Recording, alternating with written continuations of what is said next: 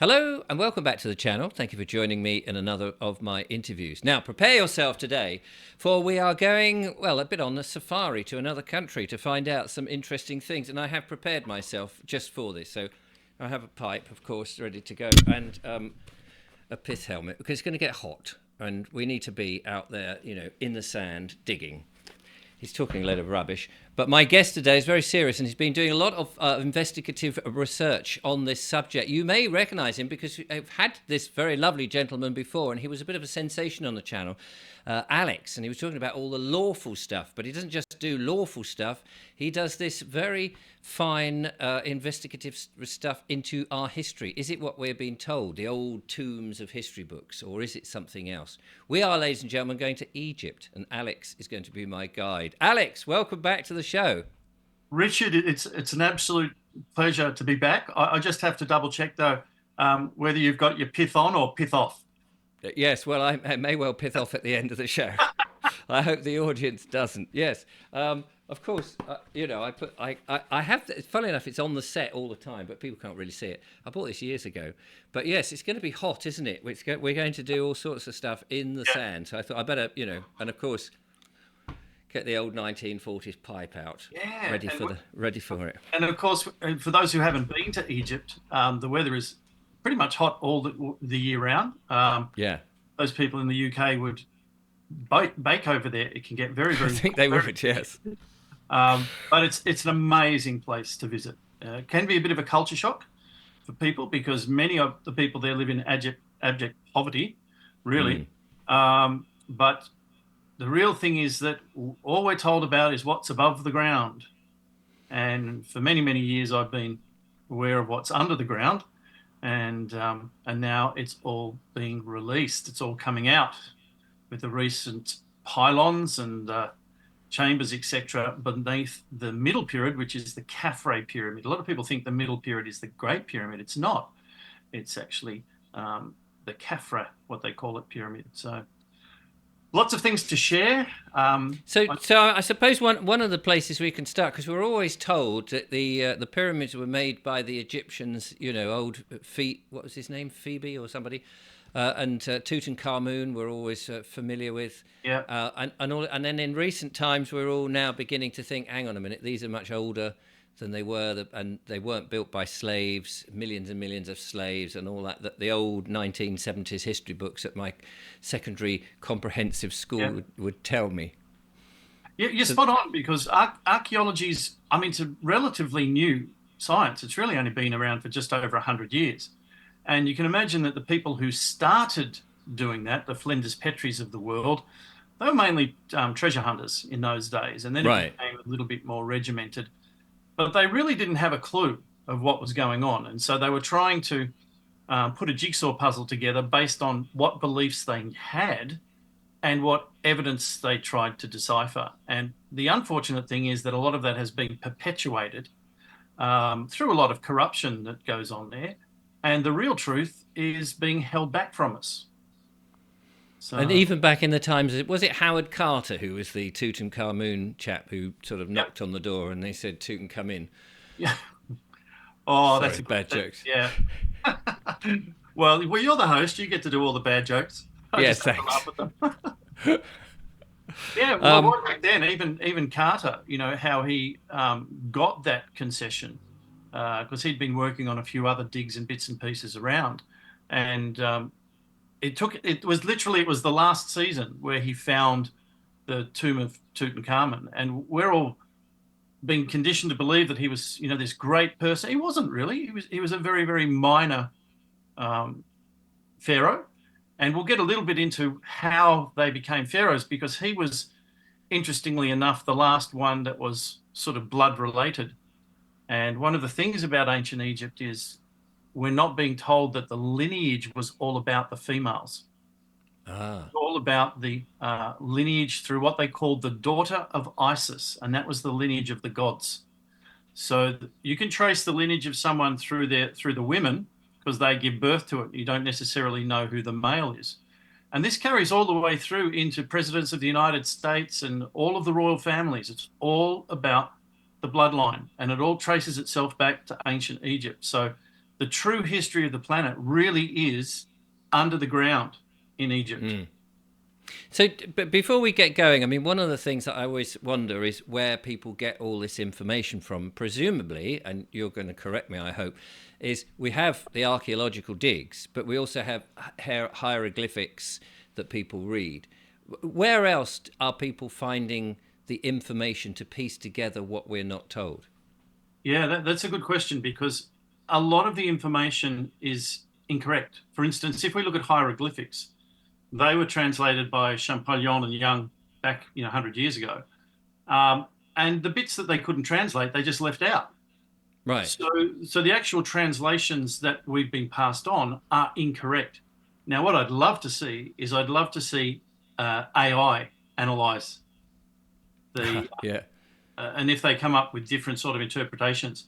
So you do get that. There's papyrus scrolls left over that they've dug up, which are fairly easy to date to when they're written. But then a lot of the other information, for instance, if we take Edgar Casey channeled a lot of information through, and I've had a lot of information channeled through to me. I had a connection to Egypt when I was a child, about 5 or 6. I knew I'd been in ancient Egypt. I knew I'd been in those circumstances. And I remember I was about 11 years old, and there was a program of the pyramids on, and they had the cross section of the pyramid with the king's chamber and all of that. And I remember sitting there looking at it, shaking my head, and I was pointing at the television going, no, there's another room there. They haven't discovered it yet. There's another room there. And my mother didn't take much notice of it at the time. And until it came out with an announcement about 6 months later that they'd found another room in the king's pyramid, and it was where I was pointing. And she said, how did you know that? And I said, because I was there when it was built. And it wasn't ever a tomb. It was a big battery. As an 11-year-old, I said it was a big battery, i.e. it was a power station. Right. And I think, it's really important to acknowledge the work of some of the people in the past who've helped to dig the truth out. I think the first one for me was probably Eric von Daniken when he did Chariots of the Gods. He was the first one that sparked the whole alien visitation and that aspect. And because they slandered him, didn't they, and said it was all made up, and and that became very known that it was all made up. The cave paintings and this, that, and the other. Yeah, and this is their way of doing it. They don't want people to know the truth. And when you know the truth, it's very easy to understand why they don't want people to know. But what's below the ground in Egypt, it really belongs to everyone on the planet. It doesn't belong to a handful of people in Egypt who are keeping it hidden. And without saying any names, most people would know who the head honcho in Egypt is, who absolutely lies. I won't say that he's murdered people, but there are people who have a lot of evidence that he's murdered people to keep these secrets hidden. And why Egypt particularly? Why Egypt is the underneath Egypt as opposed to anywhere else? Well, there is a lot of it anywhere else. That's the point. And when you start to ask, well, why is it that we don't see it everywhere else in the world? Then we start to get down the pathway of pole shifts, and when do pole shifts happen, and what happens when a pole shift happens? Because in Egypt, we see the remainders. They're very obvious, but we're not aware so much of the pyramids that are off Japan under the seas and in other parts around the world that have been buried. And when we say buried, anything up to 100 meters of sand and debris, etc., can bury all of these old civilizations. So on purpose or by just natural causes? Basically by the pole shifts. And, we might get into the pole shifts later, how it really happens and what the effects are. But I'll give you a simple one for you. We know that Egypt is basically covered in sand. Yeah. Well, the interesting thing is sand is formed at the bottom of the ocean. It's not just automatically on the land. It's formed at the bottom of the ocean. So where did all of that sand come from that covers all of Egypt?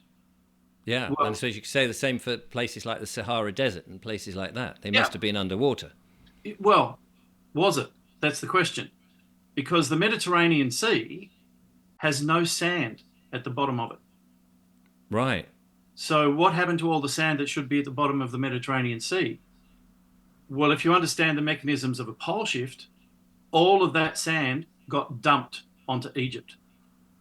So underneath the Sahara, you could go anywhere in Egypt.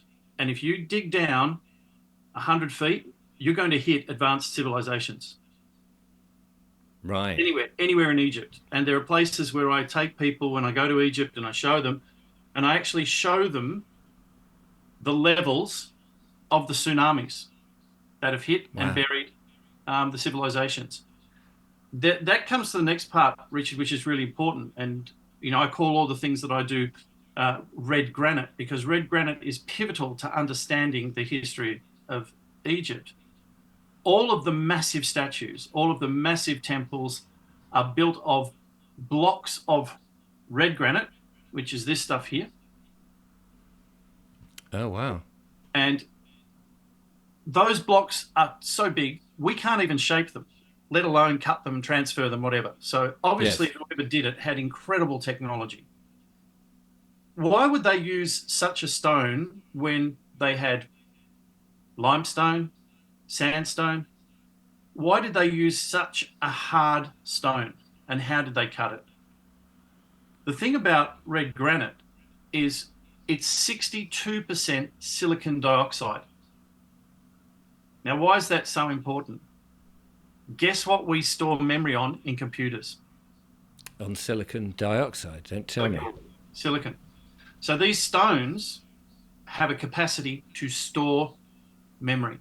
And if you talk to people who do crystal work and do all of that, they'll grab hold of a piece of this stuff and they'll get downloads of information from the stone. Now, this stone is, the temples and the statues, they're 300,000 years old, but they've all been buried. And so you'll go to a site and you'll see this very old pylon or column or something made of red granite, and alongside it, limestone and sandstone. And yet the stone is so incredibly weathered that you say, wait a minute, this is being dug up out of the ground. And when I was at Tanis, I was talking to the supervisor at Tanis, and I was walking around, which is it's on the Delta, the Nile Delta. And I'm pointing out, I said, oh, you dug that up 40 meters under the ground. You dug that up 20 meters under the ground. That was 10 meters under the ground. And he's looking at me like, how do you know that? And I said, because I know the tsunamis that have come through here and buried it, the different civilizations. So anything that's red granite is really old. Now, this is where it gets interesting. Okay, but it's been interesting so far. Oh, really? Oh, I've just been beating around the bush. Right. The new discoveries under the Khafre pyramid, and I wanted to make a point of acknowledging, the people that have been doing the work on this and the predecessors, people like Baval and John West and Schoch, who have been exposing bits and pieces. Think of it as a jigsaw puzzle. They've worked out certain bits of the puzzle, but they don't know what the overall picture is, so they haven't been able to put them in place. So what I'm doing is I'm going to fill some of the gaps for people so that they can understand the history. So you've got those guys who've done an amazing job. You've got Christopher Dunn, who wrote a fantastic book called the Giza Power Plant, where he back engineered it. You've got modern day people like Bill Brown, who's been to Giza probably 80 times in his life, exposing what's under the ground. He's got a stable right next to the Sphinx. Bill's been doing amazing work. Richard Gabriel's been doing amazing work uncovering North Cave 2, Cave of the Birds, and what was really in there, which has been desecrated and destroyed by the powers that be because they don't want people to know what's in there. And Richard's got all of the proof that that's happened. So Richard's a real gangster in terms of bringing the truth out. And both Bill and Richard are very aware of this particular tunnel incident that happened in the village, where there were at least 6 men from the village who were murdered for what they were doing. And I've covered that in one of my documentaries, so I won't cover it here. Then you've got Trevor Grassi. And Trevor's sort of not new to the scene, but he is new to the scene because he's now getting all of these people together and he's exposing all of this stuff, along with the Italians who did all of this amazing recent stuff for what's under the Khafre pyramid. So let's talk a little bit about what's under the Khafre pyramid. They found these big columns, 8 of them, and they're 600 meters long, and they have these spirals around them, which they presume to be copper coils. And at the bottom of these 600 meters, they have 2 massive chambers. Now, here's the big question, because the Giza Plateau is supposedly a limestone deposit that's 50 million years old. Now, that's a problem because it's that 50 million years is based on the normal rate of sediment that these marine creatures die off. Well, if you have a pole shift, you have a massive die-off, and 100 meters of die-off could occur within a couple of hours. Wow. So the whole age of the Giza Plateau is way off. But those columns are vertical, which means because the Giza Plateau is on a slope, they must have been put in place once the slope had been brought up out of the ocean. Right. So that tells us that the columns must have been put in first and then the pyramid put on top. The thing about the pyramid is that most of the documentation that we have from Khufu built the pyramid and all of that is total misinterpretation or just plain wrong. Right. Because those guys did not build the pyramids. They dug them out after a pole shift. And then they tried to repair them with limestone, etc. Now, here's the thing about limestone. Do you remember Chernobyl? Yes. What did they do to Chernobyl to try to stop the radiation? I can't really remember. Shove a whole load of sheep in it. No. They put a great big concrete bunker on top of it. Right.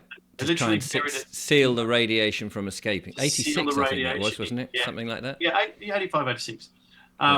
They sealed it up with a big concrete cover. Right. Concrete is basically limestone. It is, that's right, yeah. So all of these pyramids, when they put the limestone on, it has the effect of holding the radiation in. But the radiation we're talking about is vibrational frequency, because these things are very advanced but simple machines working on vibrational frequency. So clearly they weren't built by humans, but yes, they were repaired. And if you follow the sequence of what the modern day Egyptologists say, oh, well, this one was built by Nama, this was the first one, and then this one was built by this. I've gone through it in my documentaries. It does not add up. It does not make sense. When you say it, sorry to interrupt. When you say they obviously weren't built by humans, how do we come to that conclusion? Because perhaps humans were much more intelligent and clever and using vibrational things that we don't. They didn't have JCBs and sort of inefficient devices like that, like we have. Whatever the greatest thing that we have now could not build all that you've described. I go back to the earliest source who says who built the pyramids, and that's the ancient Egyptians themselves, who say that they were built by the gods, by the same gods that created the human race, were the ones who built these instruments. Now, I love the work of Wayne Herschel, is another great person, and if you ever get a chance, go to hiddenrecords.com.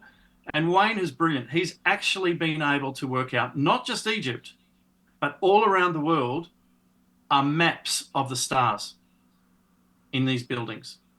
Now, Egypt, the map only makes sense if Egypt is in the southern hemisphere. Everything about, they talk about, oh, here's the pyramids, they're a perfect match of the stars. They're not. They're upside down. Oh, right. And the processions run back to front. Aries, Taurus, Gemini, it runs back to front. And if when you flat Earth- say they only make sense because they're in the southern hemisphere, does that knock out the flat Earth theory? flat Earth theory. I Well, love the flat earthers, I don't because want to. I don't want to get into yeah, it, but I just yeah, because you said it has to be in the southern it has hemisphere. to be There in the is no southern south hemisphere. on a flat Earth, as people talk about it. There would be no southern hemisphere because it's flat. Yeah. Well, if people want to believe the flat Earth, they're welcome to it, but the evidence is pretty overwhelming that we live on a spheroid object. Right. Okay. It's, people are entitled I, to their I don't want to. I don't want to start eliciting a debate now in the yeah, comments because yeah, that probably has. But all I was saying is it was interesting. You mentioned it only makes sense if it's in the southern hemisphere. So that obviously, yeah. hemisphere And has the, got the ancient sphere in the word. Egyptians, yeah, the ancient Egyptians talk about this consistently, that the Earth has twice risen where it once set. So they mention at least 4 pole shifts in their doing it, and then we sort of get to the Sphinx. Now the Sphinx faces east at the moment, but why was the Sphinx built? And is it the only Sphinx? Because they Well, talk. you mentioned Edgar Casey, and Mm, golly, when I was about 18, I was reading books by him, and he was talking about cancer can be. I can't say the word CURE in the same yeah, terms of cancer on YouTube because they'll switch you off. But he was saying all sorts of interesting things about, you could find that remedy within rabbits. But he also mentioned that if you dig below the Sphinx, you'll find something. I can't remember what he said because I remember thinking, yeah, oh, okay. And, he just passes yeah. over He an says that 18-year-old. the famous Hall of Records, where all of the documents going back to the reign of the Anunnaki, the gods that created the race, are all there in the Hall of Records under the right paw of the Sphinx. Right. And here's the problem. What if there's more than one Sphinx? Ah, Because most Sphinxes appear in pairs. And if you look at the Sphinx aligned with the Khafra pyramid, it sits on one side and there's a mound on the other side where it could have been another one. where there's a second Sphinx. Right. So everyone thinks it's under the paw of the one that's visible.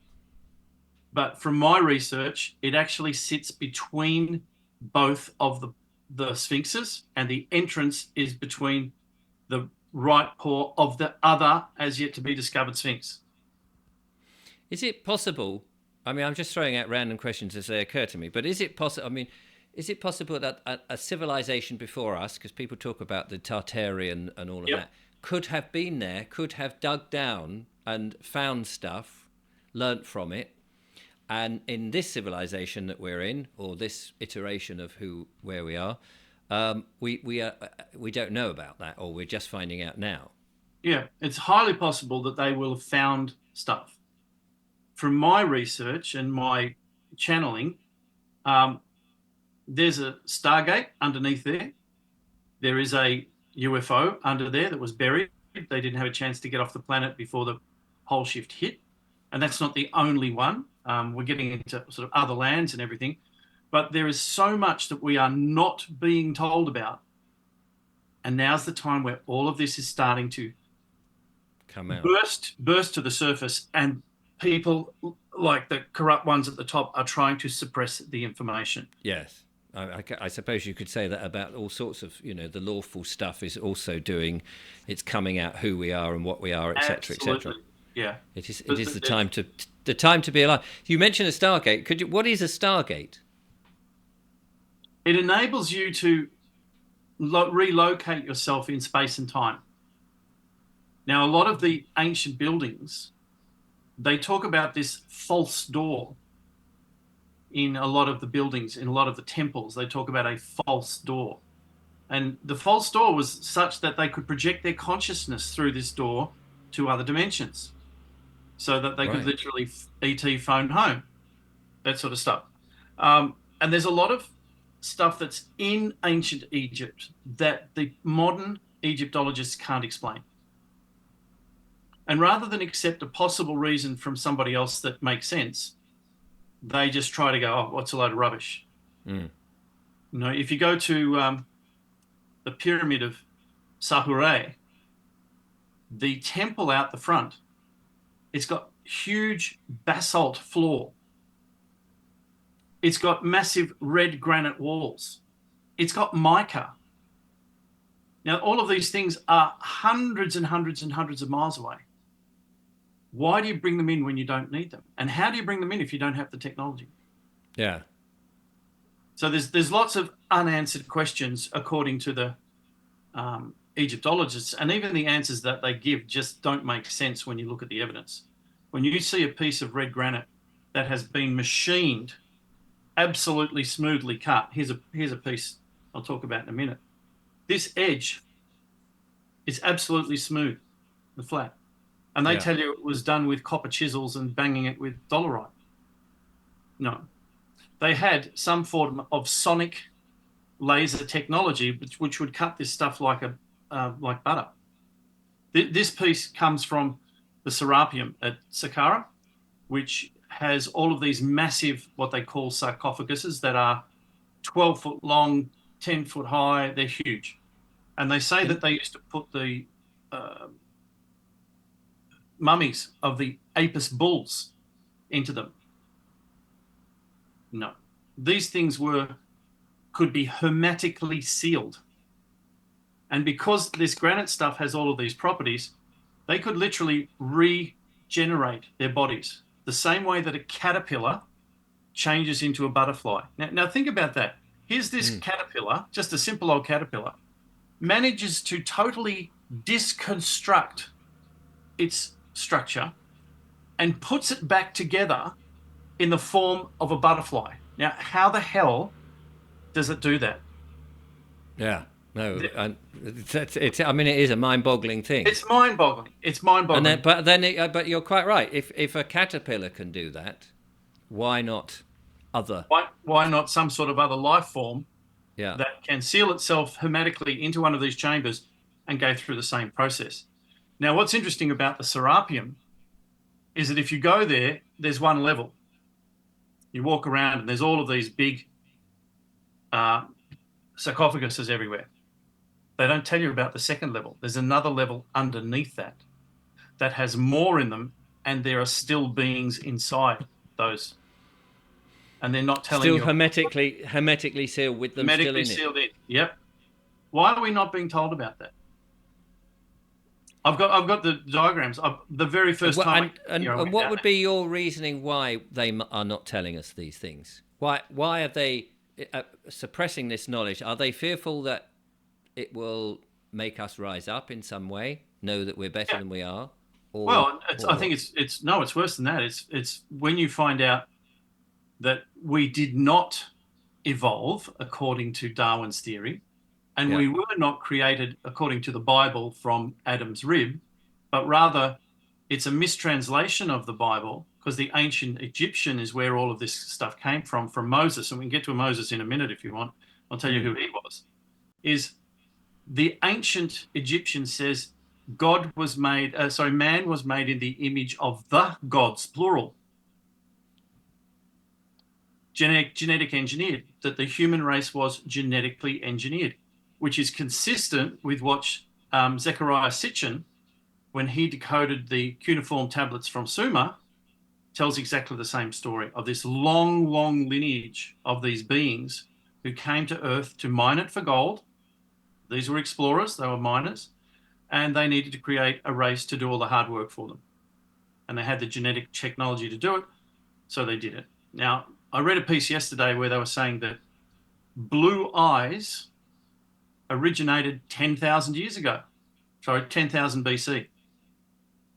And it was a genetic mutation. Well, if it's a genetic mutation, it should have been bred out of the breeding, because it's recessive. So where did these blue eyes come from? Well, it was introduced DNA when they created the next prototypes. So the original prototypes all had brown eyes and dark. Suddenly, red hair arrives, blue eyes arrives.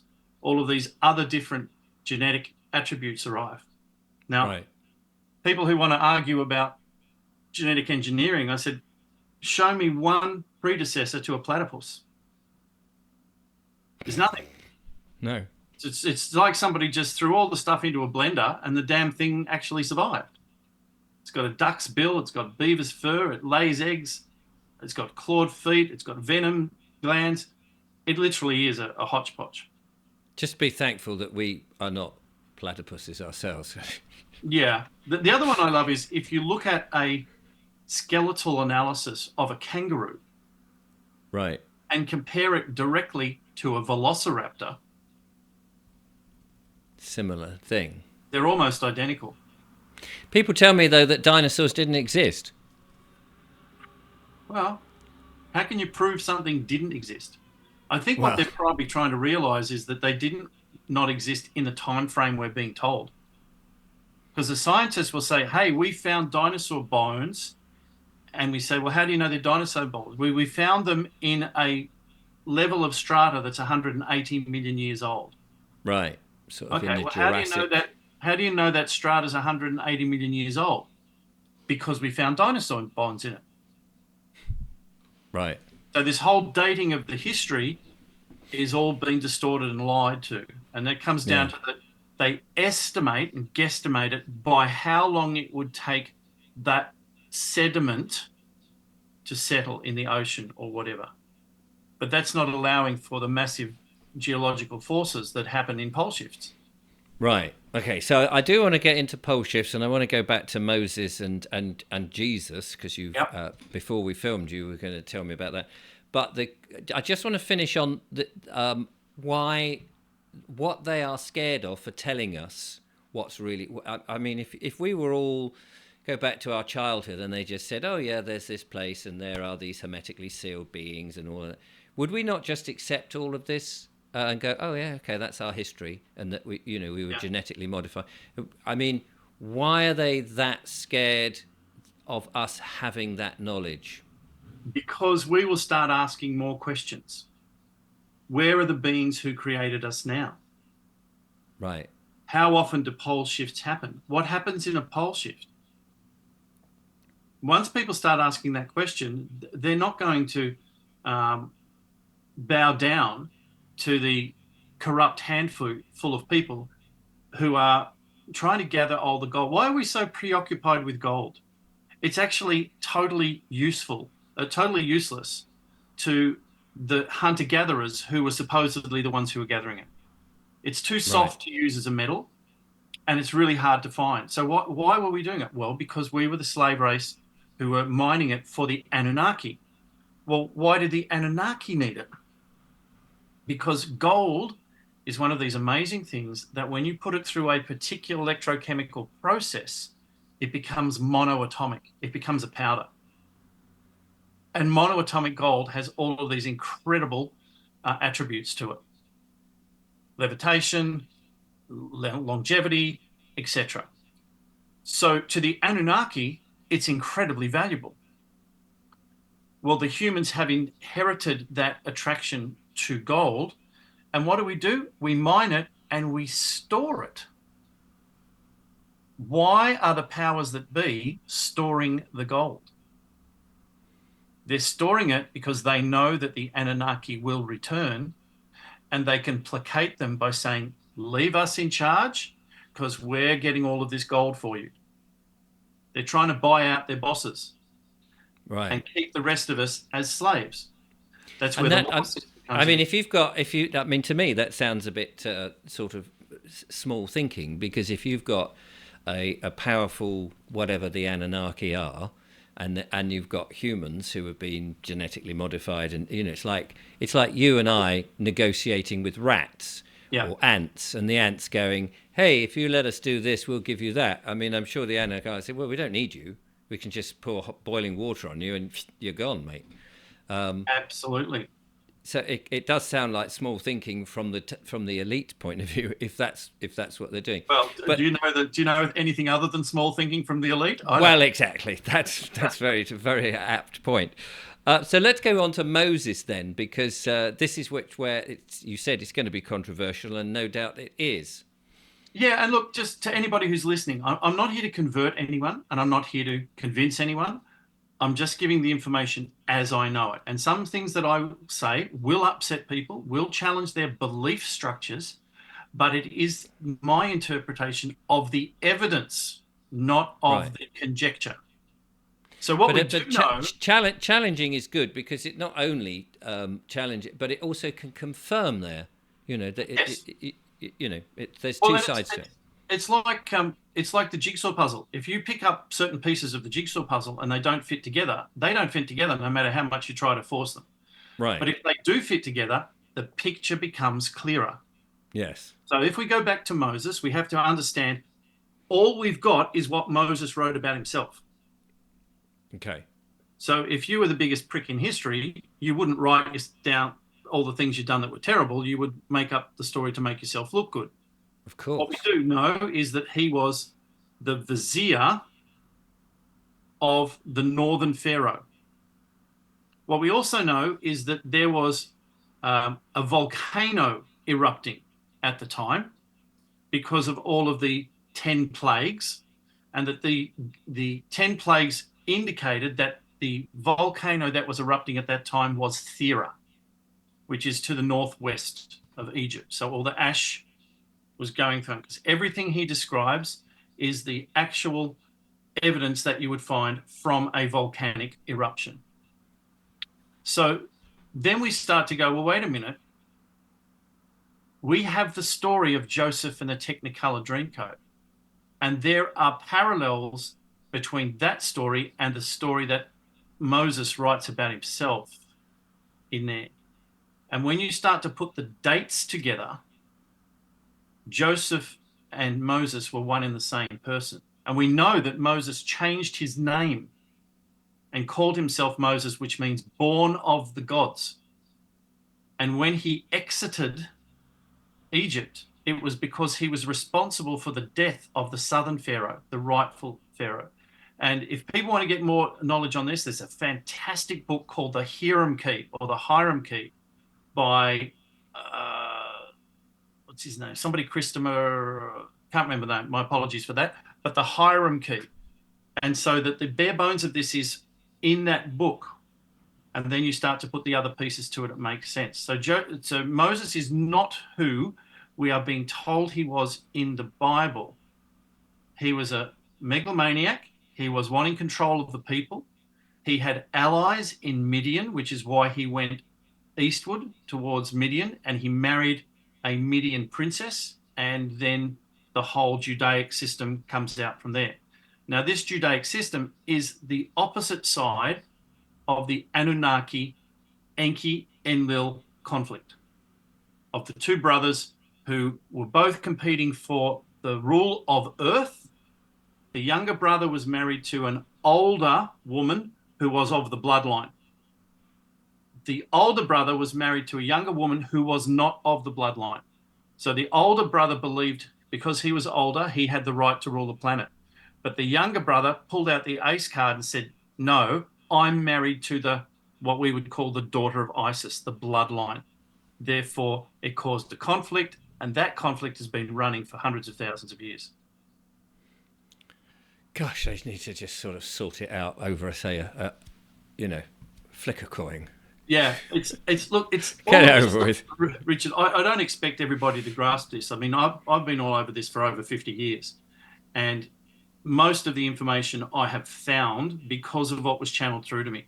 I then went and said, well, I've got to have some evidence to find it, and I found all the evidence to do it. So I'm probably a bigger skeptical than anyone out there who just says no. So because I'm a proper skeptic, I said, well, if you can find me some evidence, because what I'm being told and what I'm being shown doesn't make sense and relies on faith or a belief, even though it doesn't make sense. And I like to know that things make sense. So move on then to Jesus, because this will be an interesting. This is the big one. Yeah, this is the big one. Now let's start with, we are in the year 2025 by all accounts. And yes, we haven't had any major change of the year since the calendar was put in place. There was a Gregorian adjustment of 3 months, but we've been in the same calendar year from the year 1. Right. So we had 1 BC and then it was 1. So who put our calendar in place? I don't know. Julius Caesar. Right. Okay. So I was going to say that. Julius Caesar put the calendar in place. He put it in place in the year 42 BC. Right. How does a calendar get put in place 42 years before the birth of the person who it's supposedly based on, with a society that was anti-Christian for another 350 years? So we've got a problem right at the very beginning. Yeah. The theologists tend to agree that whoever Jesus was, he was actually born 4 years before that. So then we start doing a little bit of digging around and say, well, who was born 4 years before when he put it in place? Caesarion. Caesarion was the son of Julius Caesar and Cleopatra. And here's where it gets interesting. We've all been told that Jesus was the Son of God and the King of Kings. Yeah. Where do those two titles come from? The Son of God is the title of the Pharaoh in Egypt. The King of Kings is a title that Julius Caesar introduced, and the only person in history who has had the title King of Kings and the Son of God was the son of Julius Caesar, Caesarion, because he was also the son of Cleopatra. You say, that's just a coincidence. Okay. When Cleopatra was pregnant, she potentially was going to be the ruler of the Roman and Egyptian empires, the two biggest warring factions in the planet. And her child would have been the inheritor of all of those kingdoms.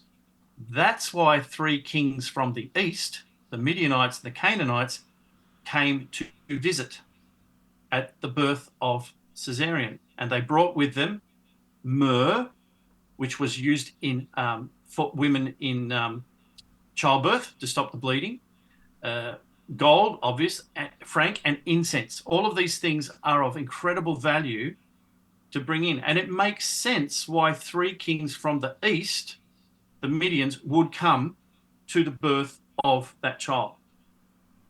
So we start to distort who he really was and the missing years. You start to go through the story of Jesus, and now you can plug all the gaps, because when Caesar was assassinated, Cleopatra sent him first to Sri Lanka and then to India in the protection of the royal family, members of the royal family, his foster mother, his foster brother, his foster father, Joseph of Arimathea.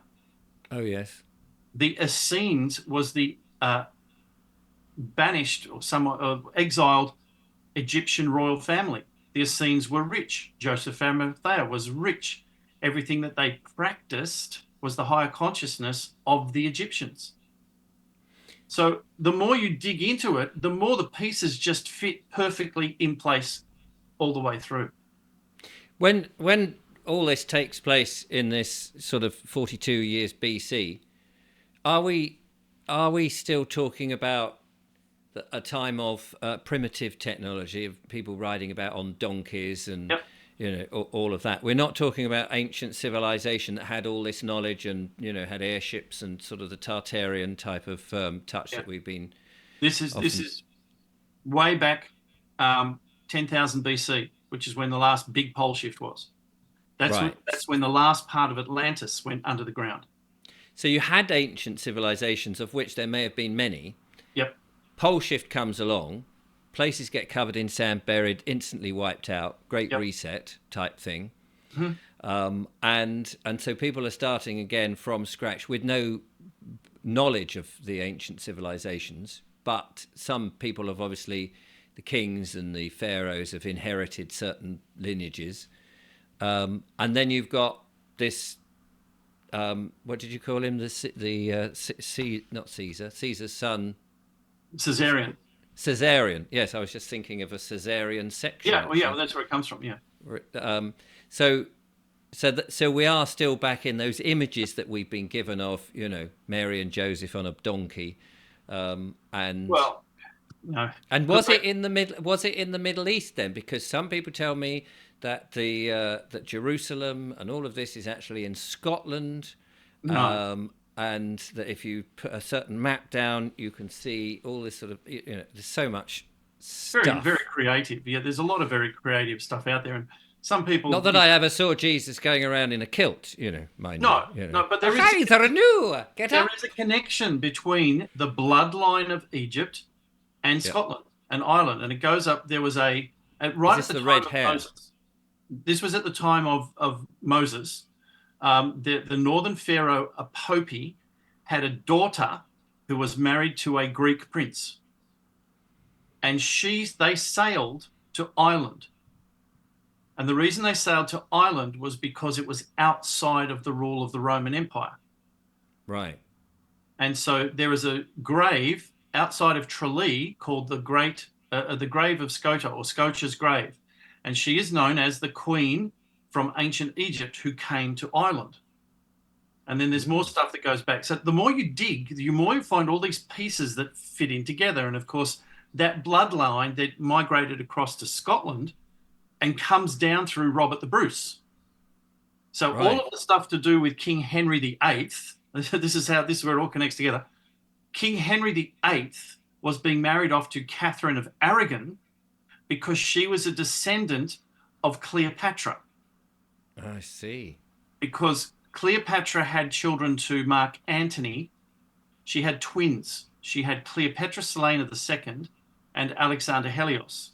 Well, Cleopatra Selene II was the daughter of Isis. She was the bloodline. So when Jesus had to come back to claim the throne, of Egypt, he had to be married to the daughter of Isis, which was his half sister. So he married his half sister. They were married in a temple under the Giza Plateau, which we now have proof that these things are under there, by John the Baptist. Sorry, not John the Baptist, of Arimathea, Joseph of Arimathea. Joseph of Arimathea, Yeah. who Now, allegedly was in Glastonbury. yes, and because this is what happened next. They were going to go to Rome to claim the Roman Empire. They got as far as Jerusalem, and somebody informed Augustus that Caesarion had resurfaced. Augustus said, I don't care what you do, get rid of him. Crucifixion was reserved for anyone who was politically challenging the Roman Empire. Otherwise, they would have done something else to them. So it was very specific who they did this to. So he was not Jewish. They say that. The Jews said he wasn't Jewish. He Right. wasn't. He was Egyptian. And sorry, I was just going to say, and they crucified him. Yes, and the two that they crucified next to him was Simon Zealots and Judas, who were both part of that family group. And Simon Zealots, where he gets his name Zealots, because he hated the Romans. And so Right. did Judas. But Jesus, who is being called, which is just a name for teacher, because he was teaching and preaching, he wanted to do it the peaceful way. He said, no, I'll go and claim the Roman Empire the right way. I'll go before the Senate and tell them who I am, etc. And So when he was on the cross, did anybody really sing "Always Look on the Bright Side of Life"? yeah, but they did it in Hebrew. Ah, yeah, of course they did. And it took Michael Palin years to get the translation and get the rhymes right. Yeah, probably But Eric interestingly Idle. enough, he didn't die on the cross. He went into a coma. They gave him the sponge soaked in vinegar. And that was so he would commit suicide because the pain was agonizing. But they took him down off the cross. And here's the next interesting one. If you've ever seen any looks at the tomb they put him into, it's got this big round stone. Since when, if you're putting someone in a tomb, do you put a door that can be rolled backwards and forwards? That was a holding cell. Ah, They were put in and holding cells because they couldn't be up on the cross over the Passover. So they put him into the holding cell, they roll across the cross. Along comes his members of his family who rescue him. is there any credence in the Turin shroud? Well, let's get to the Turin Shroud in a minute. But Okay. Jesus then went and he parted with Mary Magdalene. She went west and she went across, and this is where the Gnostics and the Cathars started. Now, she also had a daughter to the king of Juba, because she was married off to the king of Juba. And the daughter's name was Drusilla. Drusilla continued on the pathway and went to Spain. This is where the Black Madonna comes from. And this is where the bloodline in Spain was the strongest for King Henry VIII to marry to legitimize the English throne. Now, the Shroud of Turin, that's actually the shroud of Jacques de Molay, who was the head of the Knights Templars in 1300. And he was crucified by Prince Philip, and they mocked him by killing him the way that Jesus was killed. So that shroud is genuine of someone who was crucified, but it was the shroud of Jacques de Molay. And just today, I noticed that India and Pakistan have gone to war over Kashmir, because Kashmir is where Jesus went and lived out the rest of his life, and his tomb is in Srinagar. Heavens. I mean, as you said, this is going to be very controversial for a lot of people who pick up their Bible and they sit down and they pray and they say you've got to go through Jesus to get to God and all of this. I dare say I should be getting a lot of hate mail now, and I shall just redirect it. Just redirect to me.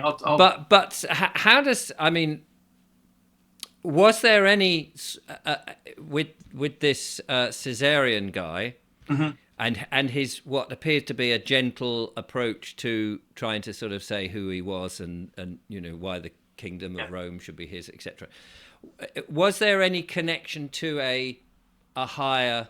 I mean, did he have spiritual access, or did he pertain to being a god, or no?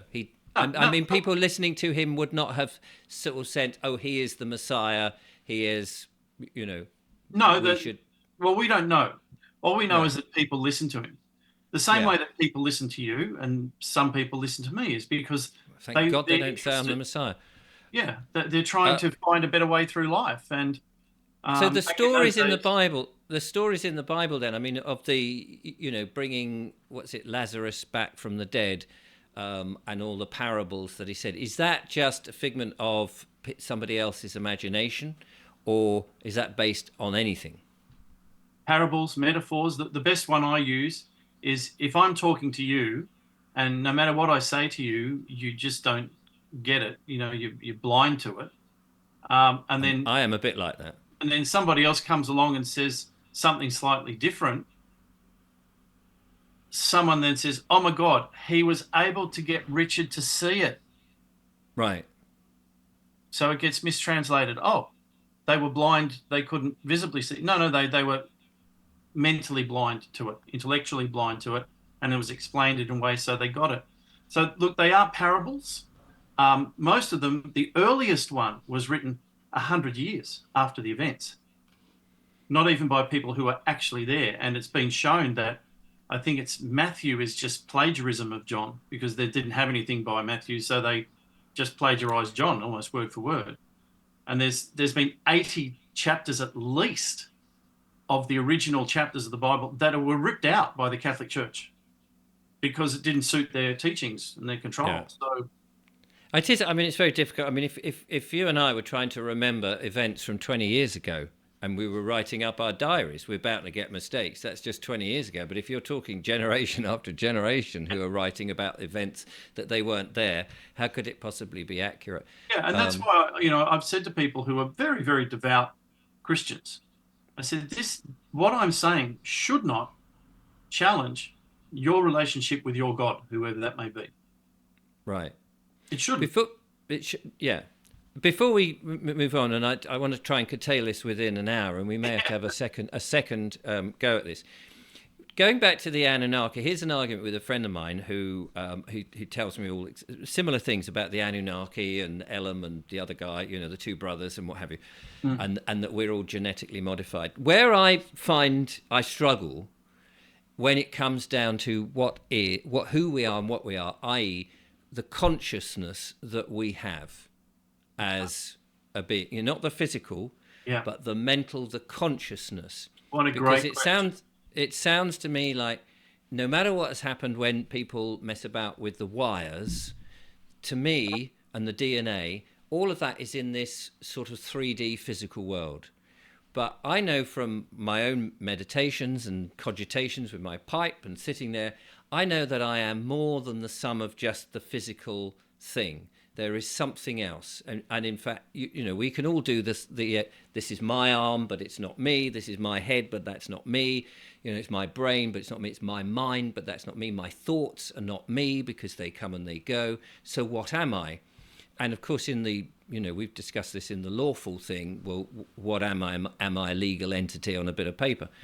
And so, in the last dying embers of the show today, how does one equate the fact that we may have been genetically created in some cauldron of life, and yet I'll sit here and go, but the spark of life for me is not something that was genetically modified and created in a laboratory. But the simplest way I can explain it is don't confuse the car with the driver. Right. The driver can get out of that car anytime it wants and get in another car. We call that reincarnation. We upgrade and do whatever. There's also lots of souls that are not human souls. They're star-seeded souls.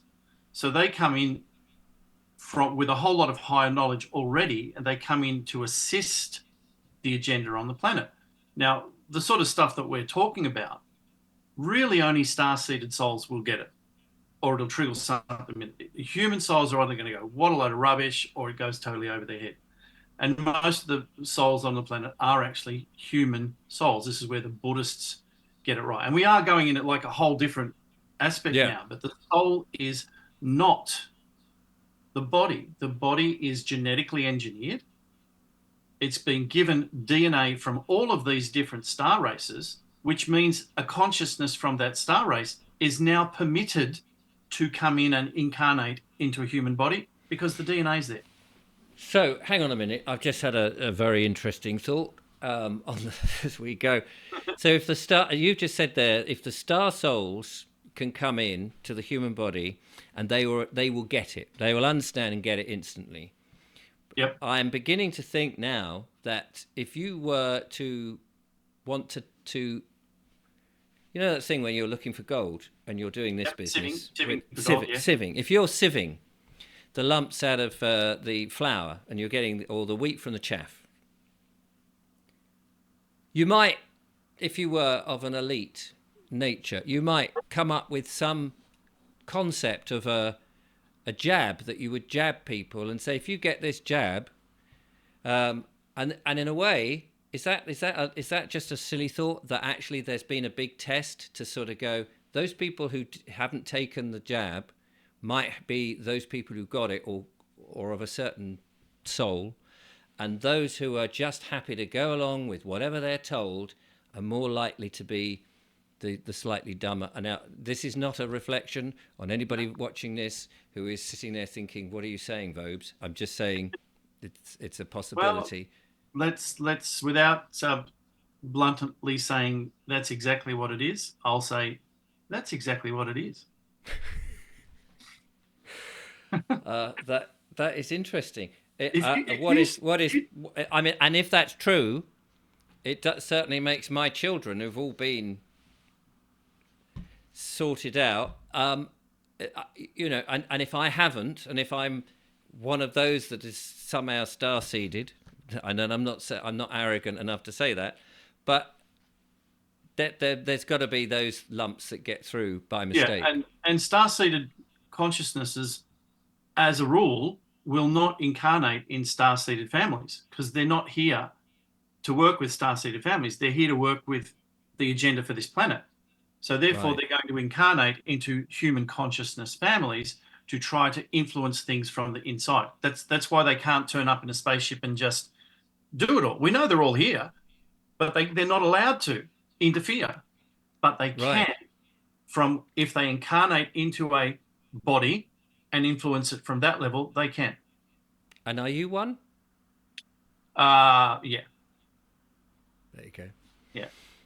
I know much of my lineage from off this planet. I know that I've had 4,000 lives just on this world alone. And it doesn't matter whether other people believe that or don't believe it. It's No, got of nothing course. to do with them. It's to do with me and me understanding who I am and the fact that, I have channel sessions and connections and all of that sort. And I don't expect humans to understand it because they're not capable of understanding it. But yeah, there's lots going on. That's for sure. We have to end it, unfortunately, but we're obviously going to have to do another one. We will, but I want to give people a taste. I want to share my screen Oh yes, yes, yes. and show Do that. a little map here. Is that coming up there for everybody to see? It is. Okay, so this is Egypt. Yeah. So I'll start up here. So there's Egypt, there's Cairo. As we go down here, this is Fayum. So this is like way, way, way down. We're about halfway to Luxor. And I've got this little spot in the middle of the desert here. And I'm just going to zero in on it to give you an idea of what we're not being told. So there's a road in the middle of, goes through the desert here. And I keep zeroing in on here.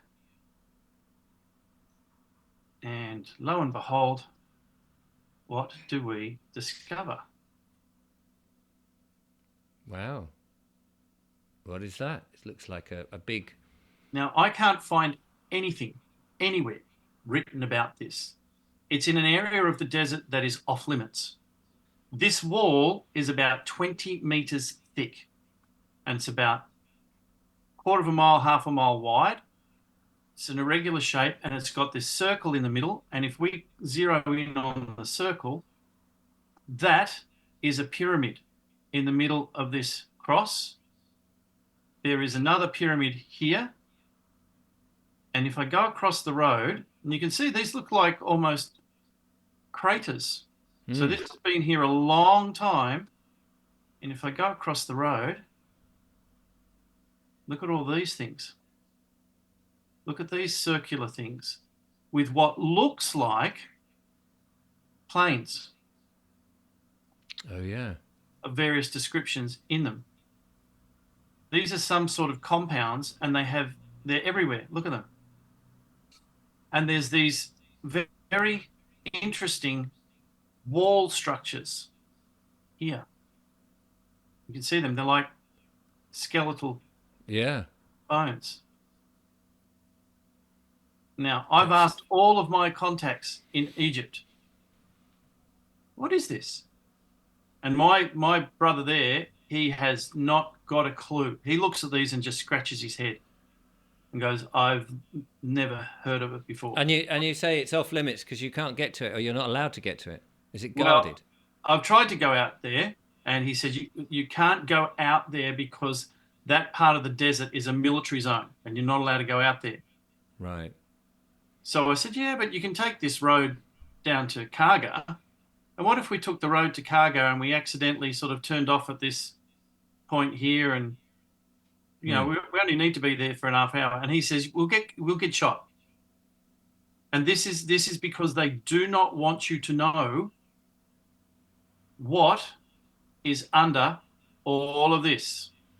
But they've allowed it to go on Google Maps or Google Earth, whatever it is that you've pulled up there. Well, it's there for now. Yeah.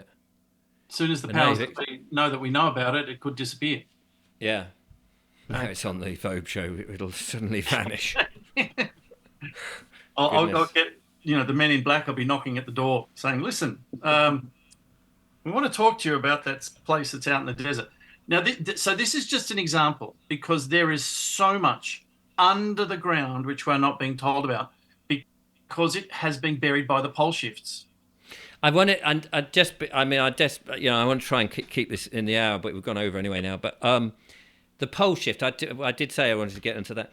The pole shift is just very quickly, I mean, it's obviously when a pole shift happens, it's devastating to Yep. everything. Yeah, depends What where you're caused- standing. Pardon?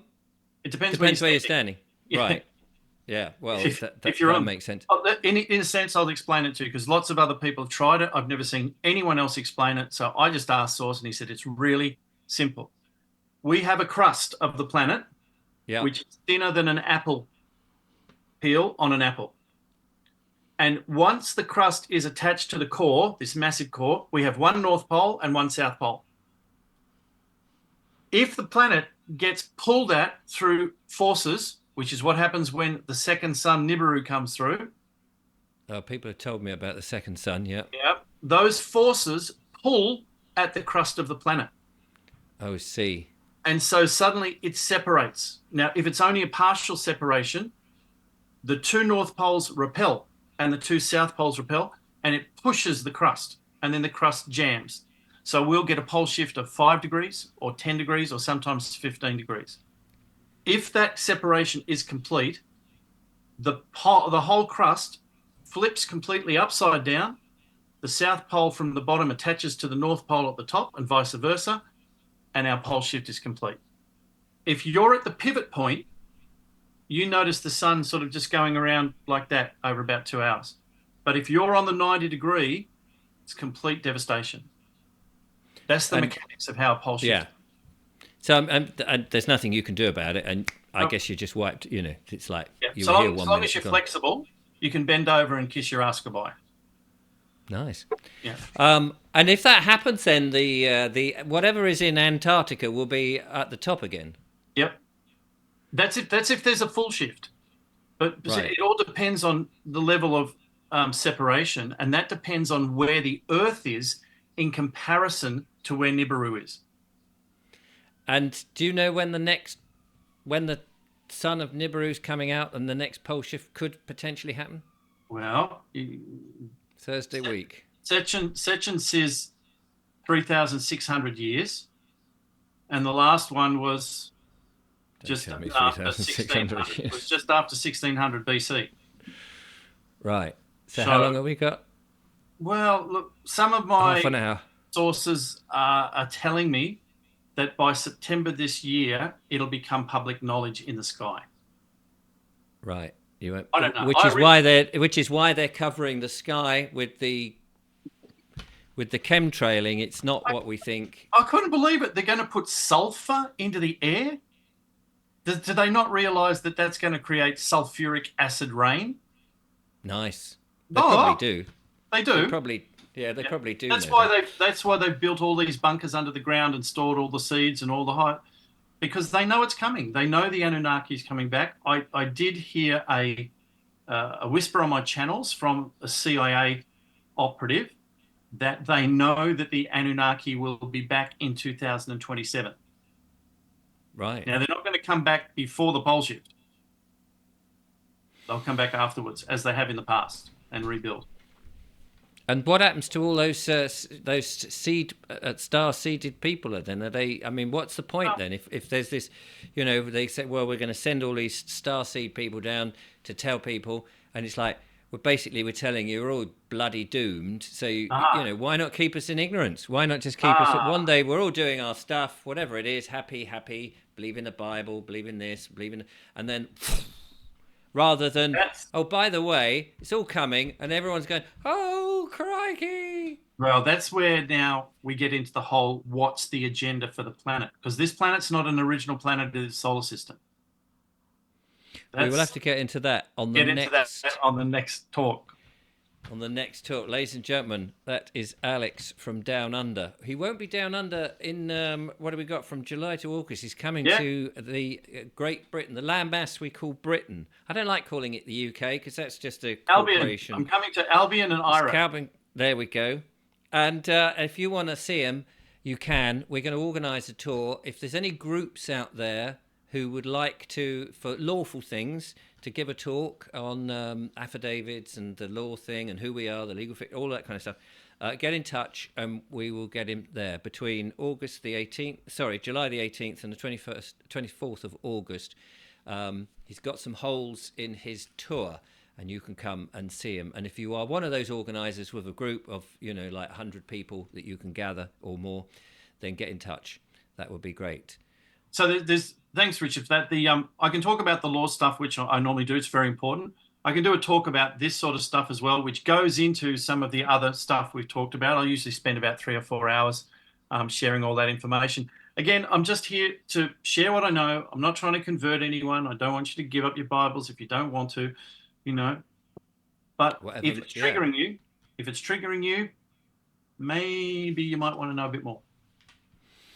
Well, ladies and gentlemen, there we are. That is Alex, and we will do a part 2 of this at some point. How fascinating it is. I was going to say we can all sleep in our bed, but well, you can sleep in somebody else's bed if you want. It might be the way to go. Well, if you've only got a few hours left, make the most of it. Fill your boots. Anyway, until next time, thank you, Alex, for coming on the show. Absolutely pleasure as always. Yeah, absolute pleasure.